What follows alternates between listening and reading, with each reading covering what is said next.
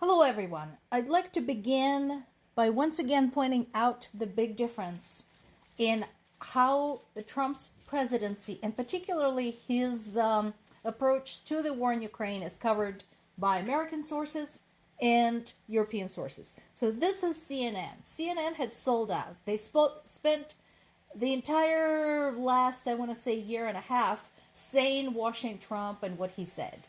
So it doesn't surprise me that they try to describe his approach as complicated. That thing could go very wrong, but they don't try to personalize it much. So, they try to present Trump's envoy to Ukraine and Russia, Keith Kellogg, as somebody doing something, even though Kellogg was supposed to go to Ukraine and then decided not to. This may have something to do with the fact that there were lots and lots and lots of missiles and drones launched at Ukraine's capital, Kyiv, where he would have been. Now he is planning to discuss this whole thing at the security conference in Munich, taking place this coming weekend. So we'll see. So far, I'm not impressed.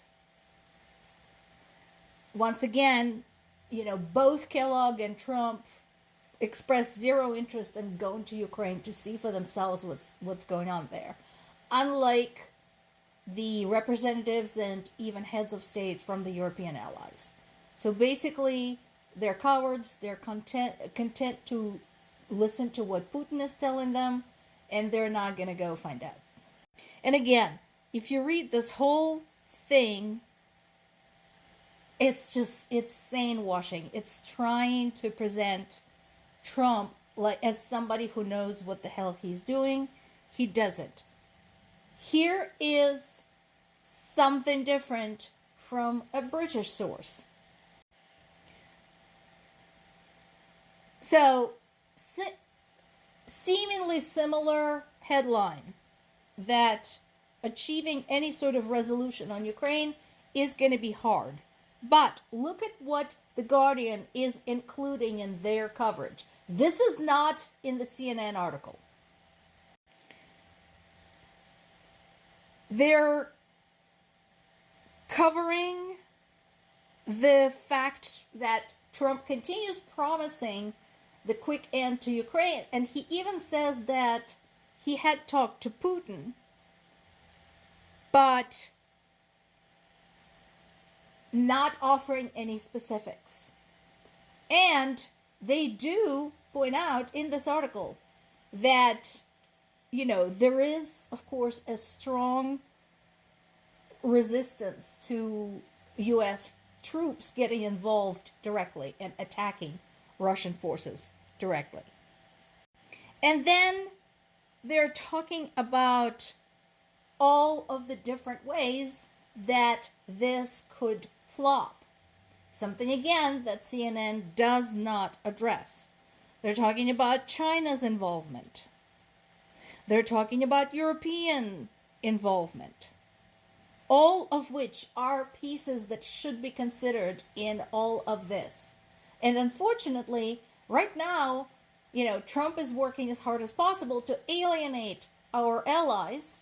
He started with Canada and Mexico, but I'm sure European allies are not far behind. And then there's this. This is also from The Guardian.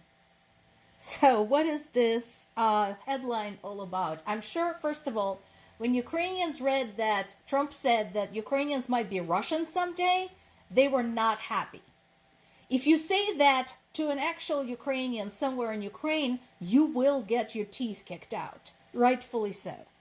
So once again, CNN does not cover this. This is an actual Trump quote.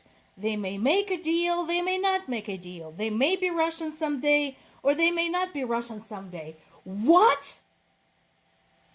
This is not a statement by a head of state or a diplomat. This is a statement by a demented idiot who doesn't know what the fuck he's talking about. Again, CNN doesn't cover this. Let's get back to what is actually going on in Ukraine, something that Trump has no wish to find out for himself. So, once again, there's been hits against the power infrastructure. I tried to get a better feel for how dire this is from my parents when I talked to them on Sunday. So here's what they're talking about. Specifically where they live in Zaporizhia, both primary power stations have been bombed out. So they have no power source of their own. They do not contribute anything to the grid right now. So they're still getting electricity from the grid, and amazingly, they have not had any big blackouts, which is a good thing. However, winter in Ukraine is brutal. I mentioned this in other posts. Months of January and February in Ukrainian language are called Cutter and the Savage One. So you can imagine what it's like for people when not only just their lights are flickering on and off, but also it's their heat, it's their water, it's their ability to prepare food, and so on and so forth. So that is a problem. There has been another targeted Ukrainian drone attack damaging an industrial facility in Russian southern region of Saratov. So again, that is progress. You know, I'm glad to see that because Ukraine is very slowly, methodically dismantling Russia's oil industry and Russia's military network. It's a slow, painful process and requires a lot of discipline, planning, information exchange, and so on and so forth, but it is happening. We talked about the issue with the pro-Russian region of Transnistria, which had split off from Moldova and is now complaining about not having any gas because their gas used to flow across Ukrainian territory and Ukrainians had cut that off. Now, Moldova had offered them a gas deal, but they refused. Again, this is being Russia's friend 101. Notice, Russia is not offering anything to help them.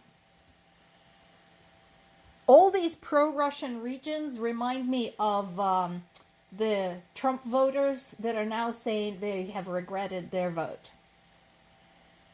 Finally, I want to finish on a human interest story. There is a book by the late Victoria Amelina called Looking at Women, Looking at War, which documents atrocities committed by Russians on Ukrainian territory and how those affected women of Ukraine. Like so many people, Victoria Amelina at the beginning of war 3 years ago had a regular job. She was a novelist and a children's book writer, a founder of a literary festival staged in New York. Not New York, Donetsk. That was a little tribute to America in the middle of eastern Ukraine. And, of course, her life was turned upside down and inside out when the war began. So she did her best to be useful to the war effort, worked in a humanitarian warehouse, worked with the refugees, and eventually decided to put together a book about other women who were involved in the war and taking risks to document the war. She wrote it in English to make it available to as many readers around the world as possible. Victoria Amelina was killed on June 27th, 2023, when the pizzeria she was in got hit by a Russian missile. She died of her wounds. So look this up, look up this article. So scroll through the article and get the book, read it, Ponder it.